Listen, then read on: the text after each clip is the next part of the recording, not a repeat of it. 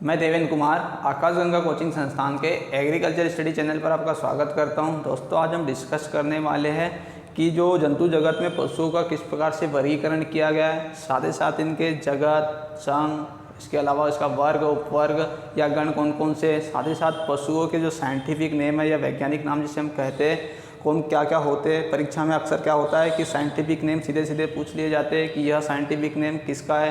साथ ही साथ दोस्तों, आज हम जिस वीडियो के माध्यम से जिसे डिस्कस करने वाले हैं, इसमें हर साल एक क्वेश्चन आने की संभावना MPPAT में बहुत ही ज़्यादा रहती है। तो दोस्तों बने रहिएगा इस वीडियो के हमारे अंत तक। साथ ही साथ दोस्तों, वीडियो शुरू करने से पहले जो भी हमारे वीडियो पर नया हो, हमारे चैनल को सब्सक्राइब करना ना भूलें, बेल आइकन को प्रेस करना ना भूलें, ताकि वीडियो विषय से संबंधित कोई वीडियो या परीक्षा से संबंधित किसी प्रकार की इन्फॉर्मेशन आती है तो उसका नोटिफिकेशन आपको सबसे पहले प्राप्त हो। साथ ही साथ दोस्तों, टीचमेट ऐप पर हमारे संस्था के द्वारा ऑनलाइन क्लासेस चलाई जा रही है PAT। अगर आप उस पर ज्वाइन होना चाहते हैं तो डिस्क्रिप्शन बॉक्स में उसका लिंक भी दिया जाएगा। साथ ही साथ 2 नंबर दिए होंगे जिसमें आप हमारे ऑफलाइन और ऑनलाइन क्लासेस दोनों ही क्लासेस के बारे में इंक्वायरी कर सकते हैं। तो दोस्तों, शुरुआत करते हैं आज के हमारे वीडियो की, जिसमें हम फुल डिस्कशन करेंगे कि पशुओं का जो वर्गीकरण किया गया है वो किस प्रकार से हमारे जंतु जगत में पशुओं का वर्गीकरण किया गया है। तो दोस्तों, शुरुआत करते हैं आज के हमारे वीडियो की। जैसे कि दोस्तों, सबसे पहले हम जब पशुपालन के बारे में पढ़ रहे हैं, बेसिक जानकारी लेंगे इस वीडियो के माध्यम से, तो उससे पहले हमें उसकी परिभाषा ने डेफिनेशन के बारे में पता होना आवश्यक है। दोस्तों, यहाँ से क्वेश्चन नहीं पूछेगा या परीक्षा में डेफिनेशन नहीं पूछी जाती, लेकिन हम किसी विषय को पढ़ने की शुरुआत करें तो उसके बारे में हमें पता होना चाहिए कि हम किसके बारे में पढ़ने वाले, साथ ही साथ हमें क्या फ़ायदा है। ठीक है, तो हम लोग पहले शुरुआत करते हैं परिभाषा से। जैसे कि मैंने यहाँ लिखा है कला और विज्ञान। तो दोस्तों, मैं आपको पहले बता दूं कि जो पशुपालन है वो कला और विज्ञान दोनों है। एग्जैक्टली कला और विज्ञान कैसे? तो देखिएगा दोस्तों, जैसे कला यानी क्या हो गया, आर्ट। जैसे कि मैंने कहा कि पशुपालन में दूध निकालना, यानी पशुओं से जो हम दूध प्राप्त करते हैं उसे निकालना भी क्या एक प्रकार की कला है। जैसे आप या हम आसानी से किसी भी पशु से दूध नहीं निकाल सकते, लेकिन एक जो ग्वाला होगा वो आसानी से पशु से दूध निकाल सकता है, यानी दूध निकालना भी एक प्रकार की क्या हो गई, कला या आर्ट हो गई। और विज्ञान, जैसे कि दोस्तों हमारे यहाँ जो हमारे देश में पशुपालन है गांव में छोटी छोटी इकाइयों के रूप में किया जाता है। अधिकतर जो पशुपालन होता है भारत में गांव में होता है, ग्रामीण क्षेत्रों में होता है, लेकिन वो साइंटिफिक तरीके, वैज्ञानिक तरीके से पशुपालन नहीं करते। लेकिन आपने बड़े बड़े डेयरी फार्म्स में देखा होगा कि जो पशुपालन होता है वो क्या होता है, साइंटिफिक यानी वैज्ञानिक तरीके से होता है। अगर हम वैज्ञानिक तरीके से पशुपालन करें तो हमें क्या होगा, जो लाभ है वो अधिक प्राप्त होगा। तो हम बोल सकते हैं कि पशुपालन कला और विज्ञान दोनों है, जिसके अंतर्गत पालतू पशुओं का प्रबंधन हम क्या करेंगे, क्योंकि हम लोग पशुपालन कर रहे हैं, हम लोग अधिक लाभ प्राप्त करने के लिए करें तो हमें पालतू पशुओं का क्या करना पड़ेगा, जिससे हमें लाभ प्राप्त होने वाला है उनके लिए कुछ प्रबंधन या मैनेजमेंट करने की आवश्यकता होगी। तो पालतू पशुओं का प्रबंधन, जिसमें हम लोग बोल सकते हैं आवास। क्या बोल सकते हैं, आवास। जैसे कि दोस्तों पशुपालन में क्या होगा कि हमें पशुपालन में आय लेने के लिए पशुओं का चयन करना पड़ेगा। अब पशुओं को चयन करने के लिए हमें सबसे पहले क्या करना पड़ेगा, उनके आवास की व्यवस्था यानी रहने की व्यवस्था करनी पड़ेगी। ठीक है दोस्तों, तो हमें सबसे पहले क्या चाहिए, आवास चाहिए, यानी ऐसे स्थान जहाँ पर पशु को हमें रखना है, ऐसे स्थान का हमें चयन करना पड़ेगा, उसका मैनेजमेंट करना पड़ेगा। दूसरा होता है आहार। दूसरा क्या होता है, आहार। क्योंकि देखिएगा दोस्तों, पशुपालन क्या होता है, अगर हमने अधिक उत्पादन करना है और ठीक प्रकार से स्वस्थ पशुपालन करना है तो हमें क्या करना पड़ेगा, पशु के एक संतुलित आहार की व्यवस्था करनी पड़ेगी। क्योंकि हमने अगर पशुओं को संतुलित आहार नहीं खिलाया या उन्हें संतुलित आहार प्रदान नहीं किया तो क्या होगा, हमारे जो पशु होंगे वो उत्पादन कम करेंगे और हमें आय भी क्या होगी, कम प्राप्त होगी। इसलिए हमें आहार पर भी ध्यान देना होगा। इसके अलावा हम लोग बात करें प्रजनन, ब्रीडिंग बोलेंगे जिसे, तो प्रजनन में क्या, जैसे हम लोग बोलेंगे प्रजनन, जैसे कि आप सभी को पता है कि भारत में जो पशु होते हैं वो कम उत्पादन करते हैं, तो हमें अधिक उत्पादन करने वाले पशु चाहिए, क्योंकि हमें जितना अधिक उत्पादन होगा हमें लाभ उतना ही अधिक होगा। तो हम प्रजनन की सहायता से कम उत्पादन करने वाली गाय से हम लोग क्या कर सकते हैं, एक अधिक उत्पादन करने वाली नस्लों को विकसित कर सकते हैं। इसलिए हमारे पास प्रजनन की भी व्यवस्था होनी चाहिए। इसके अलावा हम बोल सकते हैं बीमारी से देखभाल। किससे देखभाल, बीमारी से देखभाल।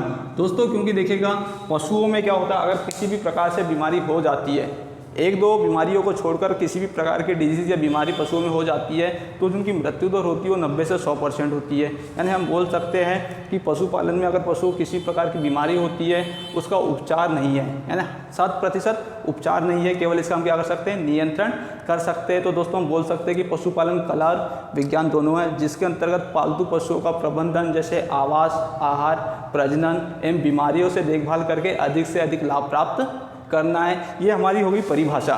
लेकिन हम इस वीडियो के माध्यम से जो डिस्कस करने वाले वो वर्गीकरण यानी क्लासिफिकेशन पर वर्गीकरण करने वाले कि पशुओं का जो वर्गीकरण किया गया है वो किस प्रकार से किया गया है, या पशुओं को किस जगत में या किस संघ में या किस वर्ग में रखा गया है, उसके बारे में देखते हैं।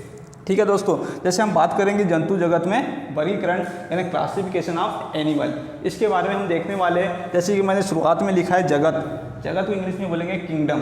क्या बोलेंगे, किंगडम। तो पशु को किस जगत है किंगडम में रखा गया, तो याद रखेगा जंतु जगत। किस में रखा गया है, जंतु जगत, या इसे ही बोला जाता है एनिमेलिया।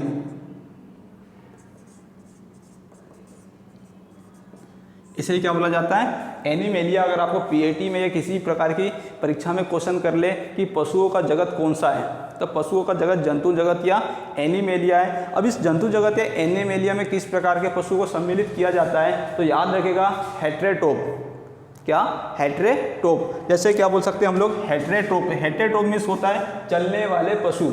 आपने देखा है हमारे किसी प्रकार के जैसे गाय, भैंस, भेड़, बकरी, हम इनका पालन करते हैं तो ये चलने वाले हैं ना, ये चलते हैं। हम इसे किसी भी प्रकार से क्या करेंगे, मूवमेंट करवाएंगे तो आसानी से मूवमेंट कर लेते हैं, यानी एक स्थान से दूसरे स्थान पर अपने पैरों से चलकर एक स्थान से दूसरे स्थान पर पहुंच जाते हैं। यानी हम जंतु जगत में जो हमारा जंतुओं का जो जगत है वो कौन सा है, जंतु जगत या एनिमेलिया है। और इसमें जो जंतु जगत या एनिमेलिया है इसमें ऐसे पशु को रखा जाता है जो कैसे होते हैं, चलने वाले होते हैं, रेंगने वाले नहीं। कैसे, चलने वाले। यानी हेटेरोटोप के अंतर्गत जिस प्रकार के जो जीव आते हैं वो कैसे होते हैं, चलने वाले होते हैं, उनको इस जगत में रखा जाता है। और हमारे पशुओं को भी इस जंतु जगत एनिमेलिया में ही रखा गया है। इसके बाद हम देखेंगे संघ, जिसे हम इंग्लिश में बोलेंगे फाइलम। तो याद रखिएगा संघ यानी कार्डेटा। हमारे पशुओं का जो संघ है या फाइलम है कौन सा है, कार्डेटा, या इसे ही बोलते हैं रीढ़ की हड्डी वाले।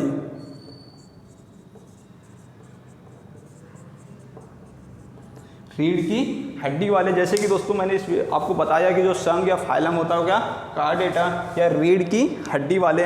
जैसे दोस्तों आपने देखा जो हमारा पशु होता है, सामान्य रूप से आपने हमारे पशुओं को देखा होगा, उसमें एक सबसे ऊपर उठा हुआ, आपने देखा सबसे उठा हुआ भाग होता है जो एकदम से गोल मटोल होता है, उठा हुआ भाग होता है, एकदम मासल होता है, जिससे हम कुबड़ या ककुंड बोलते हैं, या इसे इंग्लिश में हम्प बोलते हैं। तो आपने देखा होगा कि उस पशु में कुबड़ के ऊपर से जो एक ऐसे एक परत चली होती है, एक हड्डी लगी हुई होती है, वही क्या होती है, हमारे रीढ़ की हड्डी। यानी जिस भी जंतु में रीढ़ की हड्डी पाई जाती है उसे कुछ संघ या किस फाइलम के अंतर्गत रखा जाता है, कार्डेटा या रीढ़ की हड्डी वाले संघ के साथ रखा जाता है। जैसे आपको मैंने रीढ़ की हड्डी कहाँ पर होती है पशु को समझा दिया कि जो कुबड़ होता है, कुबड़ के बाजू में एक ऐसी नाव के समान रचना होती है, वही क्या होती है, रीढ़ की पशुओं की हड्डी होती है। और पशुओं में रीढ़ की हड्डी पाई जाती है, इसलिए पशुओं को जो संघ है या किस संघ में रखा जाता है, तो कार्डेटा संघ में रखा जाता है। इसके अलावा वर्ग यानी क्लास, अगर क्लास की बात करें हम लोग तो हमारे जो पशुओं का वर्ग है वो है मेमेलिया या स्तनधारी। तो दोस्तों जो हमारा पशु है, अगर आपको क्वेश्चन कर ले एनिमल से संबंधित हमारे एमपीपीएटी परीक्षा या अन्य किसी भी परीक्षा में, तो आपको पूछ ले कि पशुओं का वर्ग यानी क्लास कौन सा, तो याद रखेगा मेमेलिया या स्तनधारी। यानी ऐसे पशु जो बछड़े के जन्म के बाद अपने शिशु या बछड़े को दूध पिलाते हो, उन्हें किस वर्ग के अंतर्गत रखा जाता है, मेमेलिया या स्तनधारी के अंतर्गत रखा जाता है। आपने देखा होगा अगर हमारे जो पशु होते हैं, गाय, भैंस, भेड़, बकरी, आपने देखा होगा वो बछड़े के जन्म के बाद उन्हें क्या करते हैं, दूध पिलाते हैं। यानी ऐसे पशु जो बछड़े के जन्म के बाद क्या करें, स्तनपान करवाए अपने शिशु को, वही किस वर्ग के अंतर्गत रखा जाता है, मेमेलिया या स्तनधारी वर्ग के अंतर्गत रखा जाता है। इसके अलावा हम लोग बात करें कि पशुओं का उपवर्ग यानी सब क्लास कौन सी है, तो याद रखेगा यूरिथेलिया।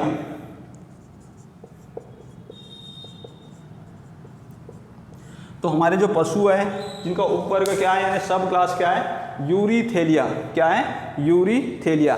इसके अलावा हम लोग बात करें गण यानी ऑर्डर की, तो गण यानी ऑर्डर, पशुओं को किस गण में रखा गया है या किस ऑर्डर में रखा गया है, तो हम बोल सकते हैं कि जो पशुओं का जो गण है वो कौन सा है, अंगुलेटा, या हम बोल सकते हैं इसे खूर वाले, यानी ऐसे पशु जिनमें खूर पाई जाती है। अब खूर क्या होता है, तो पशुओं में आपने देखा होगा दोस्तों, जो क्या होता है नीचे की तरफ जब पशु चलता है तो आपने देखा उसके पैरों में क्या होता है कि एक काला काला भाग दिखाई देता है। सबसे नीचे की ओर आपने देखा काला काला भाग दिखा होता है, जिसे हम क्या बोलते हैं, खूर बोलते हैं। और ऐसे पशु जिनमें खूर होता है उन्हें किस वर्ग या किस गण के अंतर्गत रखा जाता है, अंगुलेटा या खूर वाले गण के अंतर्गत रखा जाता है। और दोस्तों मैं बता दूं, जो आपको काले काले रंग का एक खूर दिखाई देता है जिसे हम लोग खूर बोलते हैं, वो किसका बना होता है, कास्तिक गद्दी का बना होता है। किसका बना होता है, कास्तिक गद्दी का बना होता है। तो एक बार पीएटी में क्वेश्चन पूछा जा चुका है, पशु में पाए जाने वाले खूर किसके बने होते हैं, तो याद रखें पशु में जो खूर पाया जाता है वो किसका बना होता है, कास्तिक गद्दी का बना होता है। किसका, कास्तिक गद्दी का बना होता है। इसके अलावा उपगण यानी सब ऑर्डर, हमारे पशुओं में जो उपगण या सब ऑर्डर है इन्हें दो भागों में बांटा गया है। कितने भागों में बांटा गया है, एक पहला है हमारा आर्टियोडेक्टाइला यानी समकुरी, और दूसरा है पेरिसोडेक्टाइला यानी विषमकुरी। अब ये आर्टियोडेक्टाइला यानी समकुरी का मतलब क्या हुआ, तो ऐसे पशु जिनमें क्या हो, खूरों की संख्या, आपने देखा हमारे गाय भैंस भेड़ बकरी होती है उनमें खूरों की संख्या 2 होती है। आपने ध्यान से अगर देखा होगा तो हमारे जो पशु होते चलते हुए दिखाई देते, आपने देखा होगा, या कभी पशु जब आराम करते रहता है, बैठा हुआ होता है, तो आपने देखा कि जो खूरों के बीच में खाली स्थान होता है, खूरों के बीच में क्या होता है, खाली स्थान होता है। यानी जो खूर होती है पशु की वो 2 भागों में बटी होती है। तो आपने हमारे गाय भैंस भेड़ बकरी में देखा होगा, जो खूर होता है उसके बीच में क्या होता है, खाली स्थान होता है। तो जिससे क्या हो जाता है, हमारा खूर 2 भागों में बटा होता है। यानी खूरों की संख्या कितनी हो जाती है, 2, और 2 क्या है, सम संख्या है। इसलिए ऐसे पशु जिनमें खूरों की संख्या 2 होती है उन्हें आर्टियोडेक्टाइला के अंतर्गत रखा जाता है। और पेरिसोडेक्टाइला मीन्स विषमकुरी, यानी ऐसे पशु जिनमें क्या होता है, खूरों की संख्या केवल 1 होती है, यानी खूरों के बीच में किसी प्रकार का गैप नहीं पाया जाता, स्थान नहीं पाया जाता, जैसे खूरों की संख्या 1 ही होती है, इसलिए उन्हें विषमकुरी यानी कि पेरिसोडेक्टाइला में रखा गया है। अब बात करें आर्टियोडेक्टाइला परिवार या फैमिली, अगर बात करें परिवार या फैमिली की, तो आर्टियोडेक्टाइला में 3 प्रकार की परिवार या फैमिली आती है। उसमें बोविडी,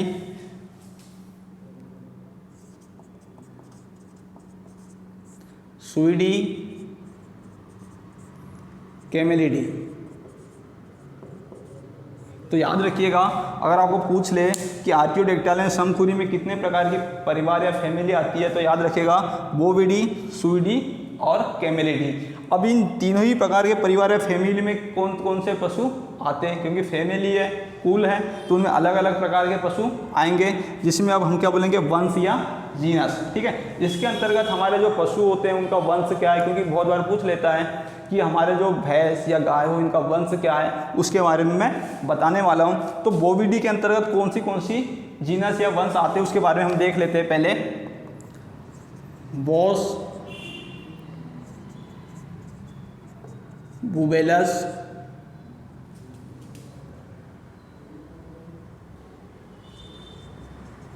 केप्रा, एविस। तो याद रखेगा दोस्तों, जो हमारी बोविडी फैमिली है, बोविडी फैमिली के अंदर कौन कौन से वंश या जीनस आते हैं, तो याद रखिएगा इसमें बॉस, बुबेलस, केप्रा और एविस, ये 4 वंश है जो बोविडी फैमिली या परिवार के अंतर्गत आते हैं। इसके अलावा सुइडी के अंतर्गत कौन आता है, तो याद रखिएगा सुइडी के अंतर्गत सूस, कौन आता है, सूस। अब सूस के अलावा कैमेलिडी लिखा है हम लोगों ने, तो कैमेलिडी के अंतर्गत कौन कौन आता है, कैमेलिडी के अंतर्गत आता है कैमेलस। ये हमारा क्या हो गया, जीनस। तो अगर कभी आपको पूछ ले, मैं आगे आपको बताने वाला हूँ वीडियो के माध्यम से कि कौन से पशु किस जीनस या किस फैमिली के अंतर्गत आने वाले। साथ ही साथ दोस्तों ये हमारा वंश हो गया। इसके अलावा आखिरी और जो एक होता है वो होता है जाति। क्या होता है, जाति। एक इसके अलावा क्या होता है, जाति, जैसे इंग्लिश में स्पीसीज बोलते हैं, जाति जिसे इंग्लिश में क्या बोलेंगे, स्पीसीज बोलते हैं। यानी आपने देखा होगा किसी प्रकार के पशु, जो पशु हमारे होते हैं उनका जो वैज्ञानिक नाम या साइंटिफिक नेम होता है वो किससे मिलकर बना होता है, वंश और जाति से मिलकर बना होता है। तो एक बार क्वेश्चन पूछा जा चुका है पीएटी में कि पशुओं को जो वैज्ञानिक नाम या साइंटिफिक नेम होते हैं वो किससे मिलकर बने होते हैं, तो याद रखिएगा वंश और जाति से मिलकर बने होते हैं। साथ ही साथ अभी मैं जाति के माध्यम से आपको साइंटिफिक नेम भी अगले वीडियो के माध्यम से बताने वाला हूं। तो आपको कभी पूछ ले कि जो पशु के वैज्ञानिक नाम वो किससे मिलकर बने होते हैं, तो वंश और जाति से मिलकर बने होते हैं। या फिर आपको क्वेश्चन कर ले कि सबसे वस्तु जंतु जगत की सबसे छोटी इकाई क्या होती है, तो याद रखिएगा जो जंतु जगत की सबसे छोटी इकाई कौन सी होती है, वो होती है जाति। सबसे छोटी इकाई क्या होती है, जाति। तो दोस्तों याद रखिएगा कि सबसे छोटी इकाई कौन सी होती है, जाति। आई होप आपको यह हमारा वीडियो अच्छा लगा होगा। अगर आपको अच्छा लगा है तो हमारे इस वीडियो को लाइक कीजिएगा और शेयर कीजिए, साथ ही साथ कमेंट करना ना भूलें, ताकि किसी प्रकार की अगर प्रॉब्लम हो वीडियो में तो हम उसको हल कर सके। तो मिलते दोस्तों अगले वीडियो में।